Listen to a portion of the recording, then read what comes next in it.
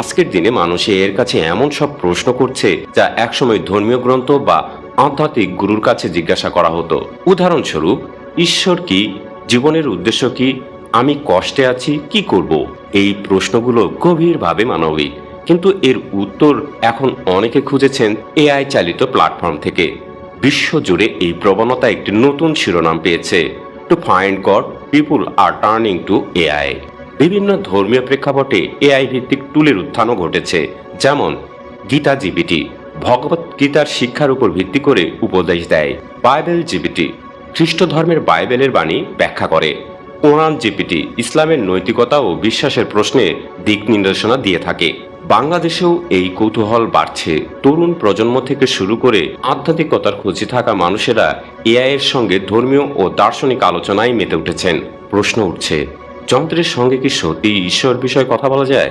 এটি কি আধ্যাত্মিকতার নতুন মাধ্যম, নাকি কেবল প্রযুক্তির আরেকটি প্রয়োগ?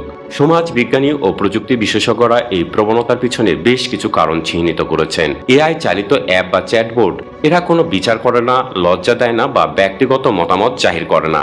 একটি স্মার্টফোনের মাধ্যমে যে কেউ যে কোনো সময় ধর্মীয় বা দার্শনিক প্রশ্ন জিজ্ঞাসা করতে পারে। এই সহজলভ্যতা এআইকে একটি নিরপেক্ষ ধর্মীয় পরামর্শদাতা হিসেবে জনপ্রিয় করে তুলেছে। উদাহরণস্বরূপ, যিনি ধর্মীয় প্রতিষ্ঠানে যেতে দ্বিধা করেন বা সময়ের অভাবে পারেন না, তিনি এআই এর কাছে তাৎক্ষণিক উত্তর পেতে পারেন। আধুনিক জীবনযাত্রায় মানুষ আগের চেয়ে অনেক বেশি একা।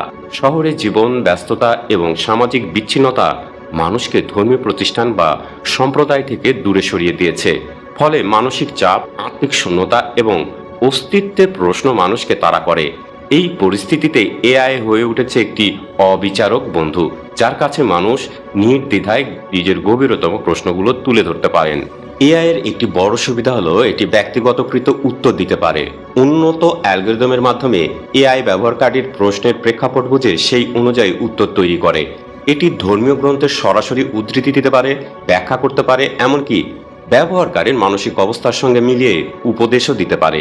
এই ব্যক্তিগতকৃত অভিজ্ঞতা মানুষকে এআই এর প্রতি আরও আকৃষ্ট করেছে।